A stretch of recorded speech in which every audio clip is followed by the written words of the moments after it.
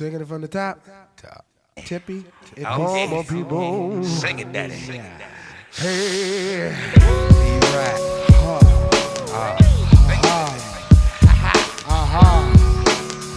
Take my mind where it's never gone before.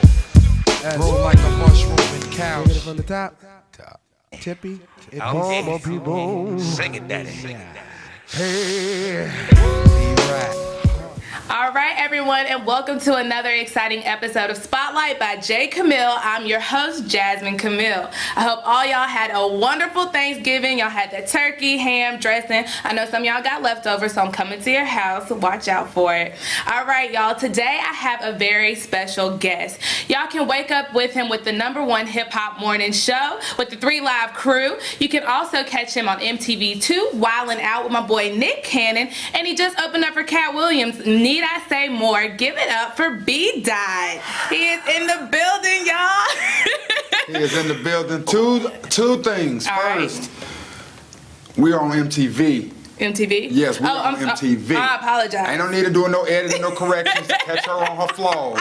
See, Jay be trying to act like she flawless. Y'all just heard her mess up right there, okay? It's MTV. We moved up to the big network. Look at you. Look at you, And right? big shouts to everybody for Thanksgiving. One Thanksgiving off the chain? It was. Oh my God, I'm still full. Like What my you mama talking threw about? down. What y'all eat for Thanksgiving? Man, I went to the country. I went to Danville with my aunties, Oh. man. I haven't seen them in so long, man. It was just good family and fellowship, man. And we ate everything on the pig. You got leftovers? Absolutely not. That's what happens when you go to the country. I'm about to say that. Now you Listen, could've- Ruba to the 2, the whole pig gone. It's okay? gone? Even Everything the gone? chitlins, everything. Oh, we don't do the swine over here, Dad. Oh, the swine is divine. Oh, I used to now. I used to eat chitlins with a little hot sauce. What? Tear it up. But Listen. it's been a little while. Oh, I put the pork on the fork. There's nothing wrong. Listen, hey, we got it in. You ain't turning it down? Absolutely not. Never that. Well, I'm glad you had a wonderful Thanksgiving, Definitely, and same thank to you. you so much for being here with me. No, thanks for having me. All right, no problem. All right, well, let's kick it off like we do every interview. Dot, go ahead and tell everybody where you're born and raised. Where you from?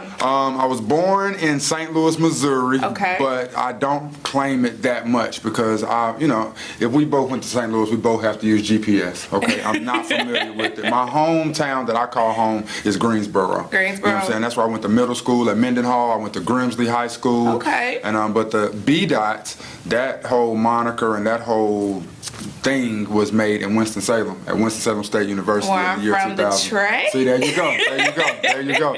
So I like to travel. I like to. I don't really meet many strangers. Okay. You know what I'm saying? Because I've had to move so much. So you welcome everywhere. Everywhere, man. In every hood, I'm good. You understand? You got the card. Absolutely right. Hood pass. What's up? Okay, Dot. Let's get into how did you get the name B Daht? Where did that come from? Winston-Salem State, man. For real, my man Rico. My name is Brian. But everybody used to call me B all the time. B, what up, B? What up, B? And there was a lot of B's on campus. So Rico, one day we were just sitting and chilling, and he said, "Yo, man, you should be B Daht. Like after you, it ain't no more B's. Like B Daht." And I was like, "Yeah, I should be B Daht." You know what I'm saying? He piped it up. He piped it up for gassed you. me. He 93 supremed me, you understand? And B Daht stuck with him, and I just rolled with it. And I knew that I wanted to spell it different. I didn't want to spell it B-D-O-T, so I took out the O and put an A-H, because the A-H makes the ah sound. Okay. You know what I'm saying? So ah, you know what I'm saying? It's phonetically correct. It is. You know what I'm talking about? So B Daht, man, and it just stuck around. I like it. And it fits you very, very well. Thank you very much, Jay. All right, Dot. Now, Dot went to a HBCU. He even went to the links of getting the mascot tattooed on his body. Y'all, that is love and dedication right there. Okay. Now, I don't really agree with the school. And you're from Winston.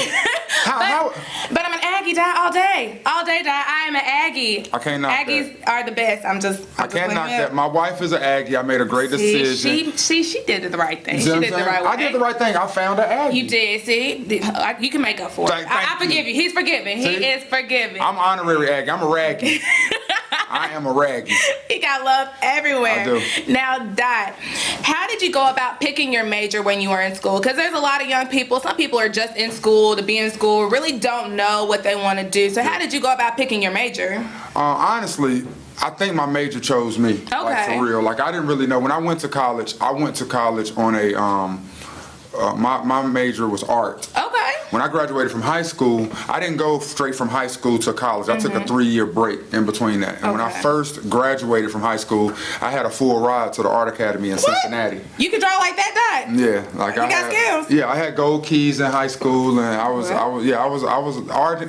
was my thing. And then when I got out of high school, my stepdad at the time had his own graphic design business. So I learned how to do graphic design and graphics, and I used to design business cards and brochures for people and stuff like that. I'm a very talented individual.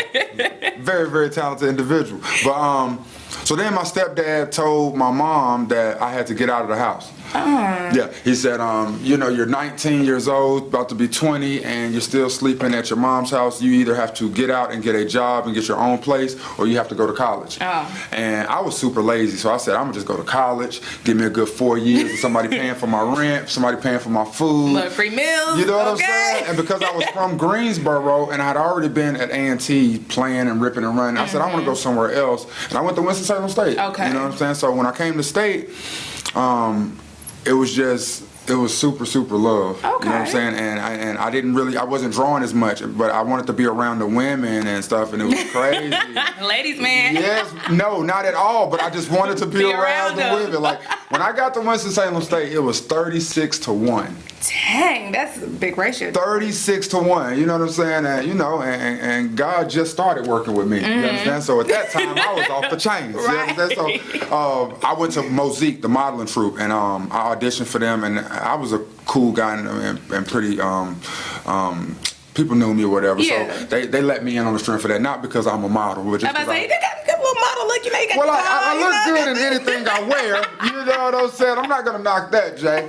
But I get in there and I'm having fun, and I'm not on like modeling. You know what I'm saying? I'm not a model, but I enjoyed being on stage and all of that. So I was like, yo, like, can I host the next modeling show? And they were like, yeah, my girl Kanita, man. Thank you so much, Kanita, man. Gosh, if she wouldn't have ever, because she was Queen Kong of Winston-Salem State at the time. And for her to like sort of pass the torch and let me co-host with her at that Mosaic show, it sort of gave me some status. You know what I'm saying? So from there, I was like, yo, I want to do this. How do I do this? And that's how I found about mass communications and radio. The major to get, y'all. I'm telling y'all, mass comm, the best major to have out there. It changed my life. It really, really changed my life. And a lot of people joke on mass comm. I don't do nothing. You don't do that. Oh, but yes, we do. We work. Okay. We work. Like, you all see this beautiful finished product, but you don't know how many weeks it took to put all this together. Then you don't see the guy behind the camera that's making sure that the audio is right. Shout out to Gary. Big shout out to Gary.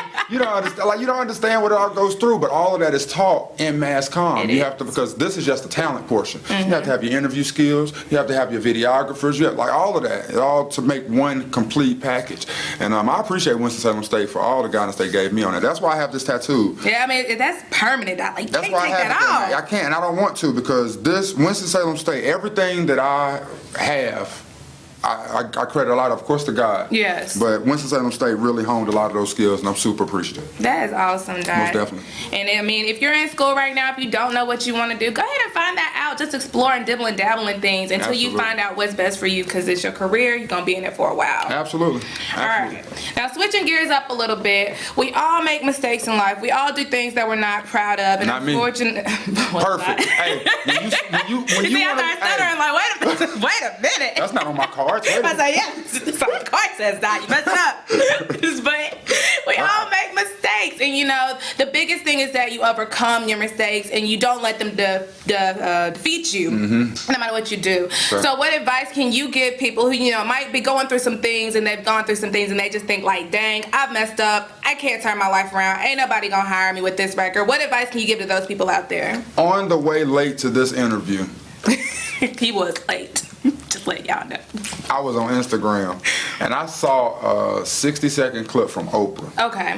And it was super powerful because she was just speaking about how there is no such thing as the wrong path. There is no such thing as the wrong path. Like, you're gonna mess up. Like, when I was in high school, like, I got into a situation with the law that I felt was going to derail me forever. Yeah. I really, really did, you know, and it always gave me a sort of mindset that I was always going to have to go hard. I was always going to have to use my natural instincts and God-given talents and abilities to get to the next level, because just trying to read my transcripts or trying to read my rap sheet or whatever you want to call it, you're gonna be standoffish. My GPA in college, I think I might have left out with a 2.6, 2.7. Come on, but I know, and it's something I'm super embarrassed about because I'm a lot more intelligent than a 2.7. You know what I'm saying? But when you're playing and you're not really focused on what you need to be focused on, and you don't have mentors, that's why it's very important for me to go back to the colleges and go to the high schools and to the elementary schools. Even I was just at Union Hill Elementary a couple weeks ago talking to the 5th graders, just letting them know, man, right now is when you need to be talking and thinking about college. Yes, you know what I mean? absolutely. Like right now. And you're going to make mistakes. But the thing is, there is no such thing as a wrong path. Like even the failures give you a knowledge that you can never even understand. You know what I'm saying? Like the failures make me just as strong as the successes. The successes, you know exactly what to do to get back to that success. The failures, you know exactly what to do not to feel like that ever again and to make the right choices and the right decisions, man. So you're going to mess up. Nobody's perfect. You know what I'm saying? The only one that was perfect, he's gone. Jesus. You know what I'm saying? Other than that, man, like we're all going to struggle and we all going to fall short. But at the end of the day, if you're blessed enough, you get another day and you can come back and be better than you were yesterday, man. And that's the goal. Absolutely. So use that motivation to kind of inspire yourself, because it sounds like that's what you did. You had to really inspire yourself to keep going and keep pushing. And that's what it's all about. So if you can do that, sometimes you have to encourage yourself. Y'all like that singing skills? You gotta encourage yourself. You gotta do it. And you better take your praise break. I know I work hip hop radio and I use profanity and all of that, but trust and believe. Who come first? Oh my God, God comes first, most definitely. All the time, and he's still working with your boy. He is. All right, Dot. So let's bring up 102 Jams, because that's where we know you from. Well, that's where I first heard of you, 102 Jams. Yeah. So how did you get started with 102? Because that's like everybody's dream job to work on the radio. So how did you? It is. Well, I was a child. I thought so. Are you serious? I am. Dot. I've always wanted to be on the radio. Stop playing. I promise, Dot. That's my major, mass comm. That's what I do. But like, even though it was my major, I never saw myself in radio. Really? Like that was never a goal of mine. Like I never grew up wanting to be in radio. Okay. None of that. Like I'm not a radio guy because I love radio. I'm not a radio guy because I love music. Like I'm a radio guy because I'm entertaining. Yes. And I make good numbers. You make people laugh. I make people laugh. You know what I mean? Like seriously, like 2005 is when I started in radio. Okay. And at that time, I was trying to graduate from Winston-Salem State, and I needed an internship. Yes, the senior year, you got to have one to graduate. Let me just say, can I just take a second to say something? Say something, Dad. Don't wait to senior year for an internship. Freshman year, bye. Sophomore year, bye. Junior year, bye. So senior year, you've already done enough of stuff, and you know what you want to do, what you like, what you don't like. Your senior year, you decide between what you want to do for a career. Not your senior year, you're sitting there doing an internship and realize, you know what, I hate working for the newspaper. And now it's over because you're about to graduate, and most of the times you can only do internship if you're getting credit hours in college, and now you're screwed. You know what I'm saying? Now you feel defeated. Now you got to pay back these student loans. Oh, Lord. You're over here working a part-time job that you don't want to work to. Now you're hating going to work. Why are you talking about life story? I'm sorry. Why are you talking about life story, Dad? Dang. I hate that people they didn't tell us that. Yeah. Like nobody was coming to the college and saying, listen, as a sophomore, you need to be going to doing internships. If it's nothing more than just an internship on campus somewhere, You got to do it. you have to do it. But with that being said, I did my internship late at 102 Jams. Okay. And I was just blessed, man, because I already had a name for myself because I had been hosting everything at Winston-Salem State. Okay. So when I was in the building, people would be like, yo, I know you, da-da-da-da. And the program director there, Brian Douglas, I went to his office one day, he was like, you're the guy that everybody keeps talking about, B Daht, da-da, yeah, I like what you're doing, da-da-da. And that, to me, was a big deal. That's big time. That was a big deal. I was like, yo, dude knows me, you know? So like a couple days later, Africa, she called me. I was at my friend's crib in Plaza South. And she called me and she said, would you be interested in being an intern for the morning show? And I was like, sure, let me think on it. Now, I'm in college. Crazy. I've been but like, nah, you what? gotta understand. Yes, immediately. This was the reason why I had to think on it. At that time, at nights, Waleed was on at nights. Okay. Waleed Coyote, everybody knew Waleed. And Waleed wanted me to be on his show. Now, Waleed's show was super fun. Like, he had the strippers coming through. What? He had the rappers coming through. Like, that's what I'm living. So I'm like, yes, I want to be a part of that. the morning show, you have to be there at 5 a.m. Like, sometimes I'm just going to bed at 4 a.m. Like, I'm in college. You understand? I'm not a morning person. Come on, man, stop playing. So I went to my folk Carlos, who actually was the first person to bring me into the station. And I'm like, Los, what should I do? And he's like, everybody's dream is to get to morning radio. Like, if you're in radio, your dream is to get to mornings. And if you have an opportunity to get to mornings, you need to take it. So I told him what I didn't want to do. I want to be at nicest party. He said, listen, you can go up there and do Waleed's show, but you're going to get lost in the sauce. Yeah. There's so much stuff going on all the time. He's always moving forward. I'm telling you, what I would do is mornings. Okay. So I listened to him. Moral of the story, always find you somebody that you can talk to that has more experience than you. Get you a plug. If you're the smartest person in the room, you're in the wrong room. Period. So I went to Los, and he told me that I should do mornings, and I got on with Kyle and them in the mornings, just going to get breakfast and them, getting stuff off the printer, and da-da-da-da. And then one day Kyle said, you ever did prank phone calls? And I'm like, no, you mean like calling somebody like, your refrigerator's running, you better catch it, that kind of foolishness? He was like, yeah. I'm like, no, I ain't done that. He was like, well, let's try. So we called like McDonald's, and I was asking for like a Whopper and all types of ridiculous stuff. What were people saying when you were calling, Dad? It was ridiculous. It was hysterical. Like, what? So after we called them, we called Buffalo. We called Bojangles. Okay. And I was confused why they were called Buffalo Wings when they didn't come from Buffalo. You know what I'm saying? It didn't make sense to me.